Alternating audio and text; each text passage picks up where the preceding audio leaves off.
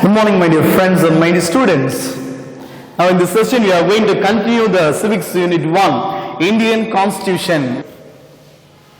The next topic, which is also little more of clear to it, of the directive principles. What is this directive principle actually is? It is enumerated in part 4. This is in rights in part 3. It is in part 4. So in part 4, in article 36 to 51, it is given about directive principles of the state policy. We do not find any classification of directive principle in the constitution. We don't find any division of directive principle. Everything is given. But on the basis of that content, what is given about, okay, on the direction, it can be classified into three broad categories. So it can be divided into three parts. So what is the first one we will talk about is first one socialist. Okay, first one is the socialistic. Second one is the Gandhian.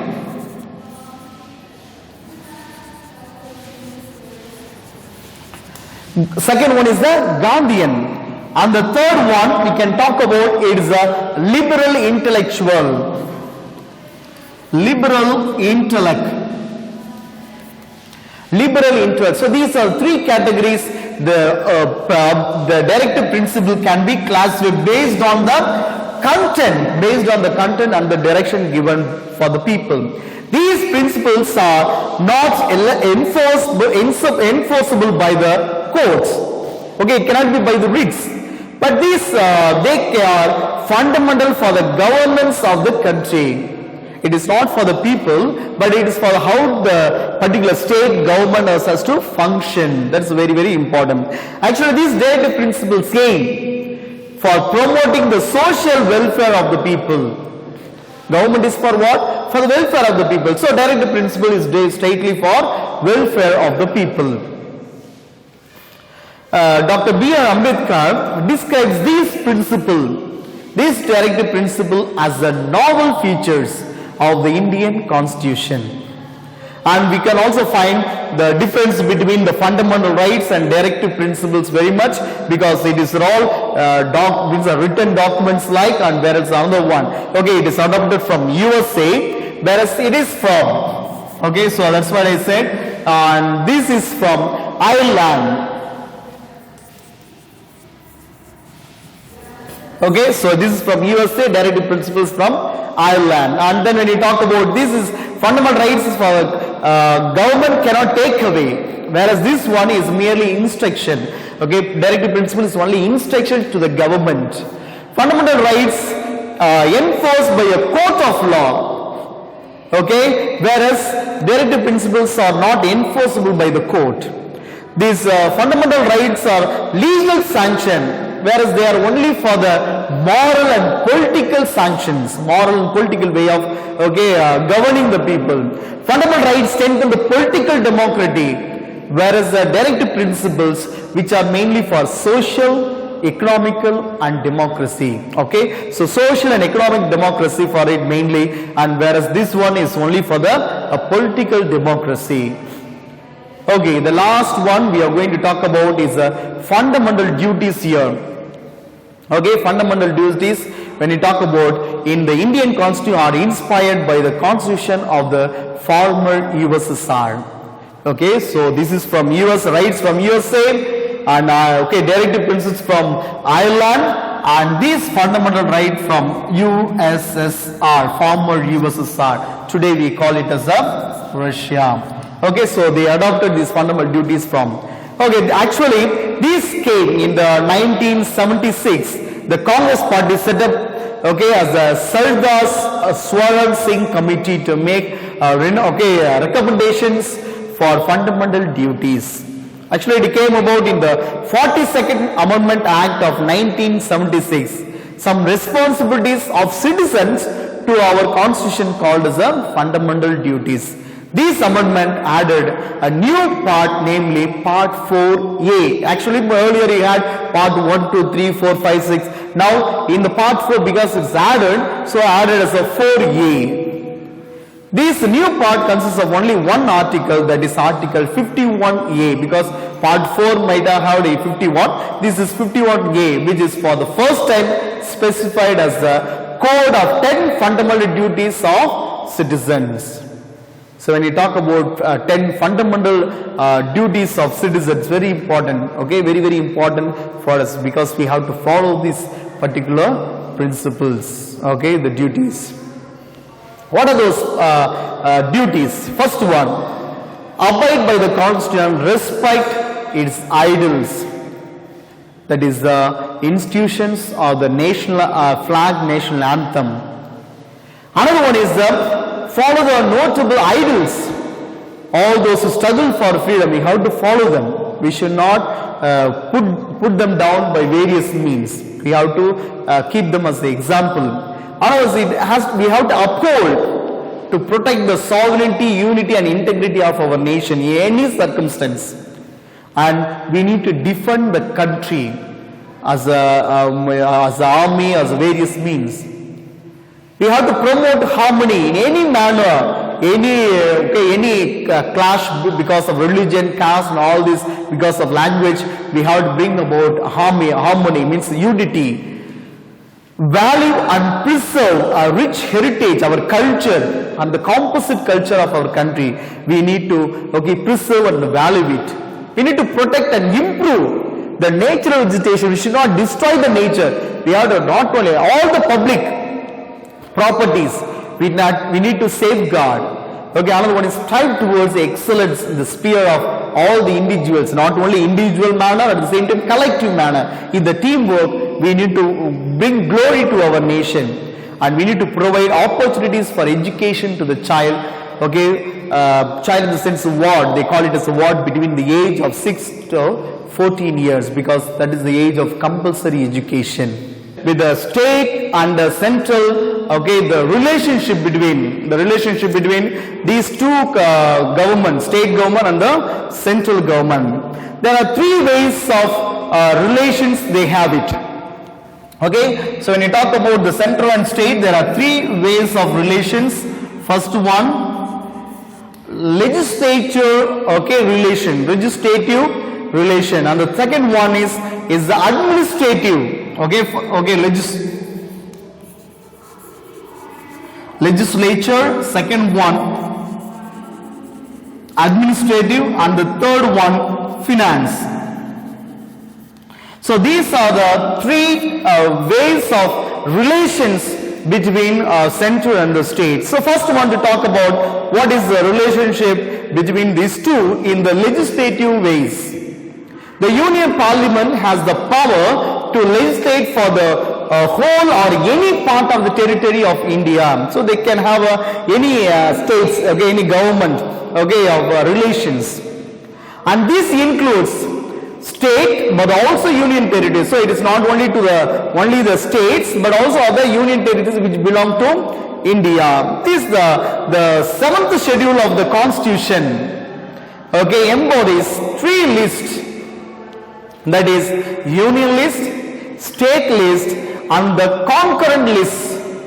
These are all consisting of 97, 66 and 47 items respectively. So they are talk about the seventh schedule of the Constitution. It has three divisions which we have talked about, this union, state and the concurrent. So these are the three lists given by the government. And among these, when we talk about the Parliament, Parliament enjoys the exclusive power of the legislate on subject enumerated in the union list. The Parliament which plays a major role in the whole, talk about the whole of central list. Whereas the state legislature has the exclusive right to legislate on the state list. The whole of the Parliament in the union list, state in the state list, and both the Parliament and the state have the power to legislate on the subject of contained in the concurrent. Third one. First one, union is only for the Parliament. The state in the state list. Whereas in the concurrent, the third one, both the state as well as the union play a major role. Okay, that's what which prevails. That's the relation. In the administrative relation, the power of the state extends only to its own territory, and with the respect to which it has a legislative competence. Okay, a particular state, within the boundary it has the administration, whereas the union has the exclusive executive power over. Okay, for example, the prime minister, though may be the power of the whole particular thing, okay, particular state, but when he becomes the prime minister, the leader becomes overall the whole nation, states. Okay, so union executive has a power over the state, whereas the state minister, okay, for example, chief minister only, okay, they have the power over only the particular states. Okay, that's what they have. Administrative relation. Okay, so when you talk about this exclusive power of the union, it is the matter with the respect to which the parliament has exclusive power to make laws.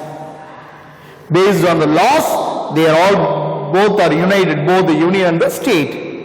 And when you talk about the exercise of this power which are conferred by any treaty or any agreement, based on the both the union as well as state, both are having a good relation. Okay, when you talk about in the administrative relations. Third one, financial relation.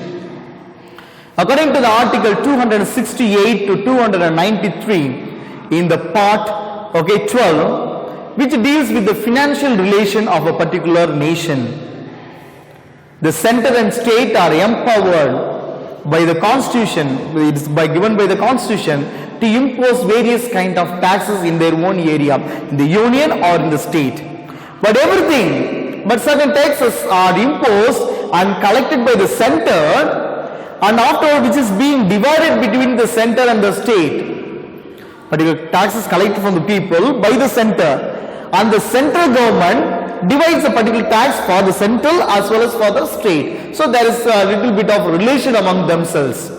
And this particular, on the recommendation of the Finance Commission, okay, which is appointed by the President under the Article 280 of the Constitution. So divided by the Finance Commission. The late Prime Minister Indira Gandhi appointed the Sarkaria Commission in 1983. What is this commission is for? To make an inquiry into the center-state relation. How are they being related? Is there any clash among themselves? So to know about it, there is also a commission that is called as Sarkaria Commission, which was established in the year 1983. Okay, this is about when we talk about the relationship between the state and the center. The next topic to talk about official languages. According to the Constitution part, okay, 17 deals with the official languages, okay, in Article 343 to 351. It talks about the official languages. Initially, in the beginning, the Constitution recognized only 14. How many official languages in the beginning? Only 14 of them were recognized as the 14 regional languages, which were included like the 8th schedule. The 14 regional languages are accepted in the 8th schedule. At present, these 14 has become 22 official languages, regional languages, which are recognized. Recognized official language at present is 22nd. So we can talk about this official language, and this is also has to be, language has to be accepted by, and it has to be implemented in the Constitution. Otherwise it will not, you cannot recognize it as a particular language, or we cannot consider it as an official language. It has to be amended by the Constitution. Next one is the emergency provisions. What is the emergency provisions? In the 9th standard portion, we might have learned about the emergency of the power of president, the national emergency, state emergency, and the finance emergency, isn't it? The same way. Okay, here the emergency provisions also given in the national emergency. Okay, when we talk about first one, national emergency. It is given in the article 352. Okay, article 352, it is talking about national emergency. Okay, the president under article 352, he can declare emergency if he is satisfied that India's security is threatened because of war, which is by the external aggression or armed rebellion, or if there is a imminent danger or the threat within the particular nation. So he can practice this particular emergency. So in two ways, it is external and second one is internal. So the first one, it is called as the external emergency. Other country is trying to attack our country. So external protection. Second, within the country we are fighting. So there has to be emergency, so it is internal because of the religion, because of the language, because of the caste, various other aspects. These are all, it is against our national rights. So it is our fundamental, against our fundamental rights. So it is the internal disorder has to be. So at the time he takes the internal emergency. This type of emergency has been declared 3 times so far. Okay, so this type of external, internal in the 1962 once, and in the year 1971 and the year 1975. So these are the 3 times these particular emergencies. So you can just because short of time, you browse in the net and learn or any source. Okay, what are these 3 types of this particular emergency, how it was taken. Okay, so you can learn a little more about it. Second one is a state emergency. Okay, second one is a state emergency, which is also discussed about, which are emergency province. Under the article 356, okay, state emergency under the article 356. Okay, 356 talks about it. Okay, what is a state emergency is? President can declare any emergency in state if the governor reports that the situation has arisen under the government of the state cannot be carried on accordance with the provision of the constitution. According to the constitution, in a state they could not continue proper government, systematic way of government. Then the governor reports to the president and president acts on the particular state. That's what state emergency, it is by that particular way. Okay, this maximum duration of the emergency can be for 3 years. So in this it can be for 3 years, and these 3 years it can have a governor's rule or presidential rule or any other way. And this particular way, the state governed by the governor on behalf of the president. For the first time, the presidential rule was imposed in Punjab in the year 1951. 1951, there was no governor's rule. It became the president's power, okay, brought in the particular state of Punjab. So that we can have, it is one of the important event in the history. Okay, financial emergency. When you talk about financial emergency, article 360, okay, authorities of the president of that declare the financial emergency. If there is any situation arise in the nation, the emergency of financial purpose, so president takes the power of it. This type of emergency has not been declared in India so far. Okay, so it's what it's about, the emergencies. The next one to talk about amendment. What is amendment? It is a changes. Okay, article 368 of the constitution of the part 20, it deals with the powers in parliament or to amend the constitution and its procedure. To change, okay, particular constitution and the procedure has to be brought about. The procedure of amendment or like amendment of the constitution may be initiated by or introduced like a bill. And that bill is passed in each house of the majority. Majority means the parliament. Both houses, lower house, upper house, both of them give a majority to a particular bill. And it has to be presented to the president. And this assent to the bill, thereupon the constitution shall stand amended. This amendment can be brought about only by the parliament. The state legislature cannot bring about it. They cannot initiate also. Only by the parliament, which has both the houses, with the majority they can make a bill into make a bill into this amendment. There are various types of amendments.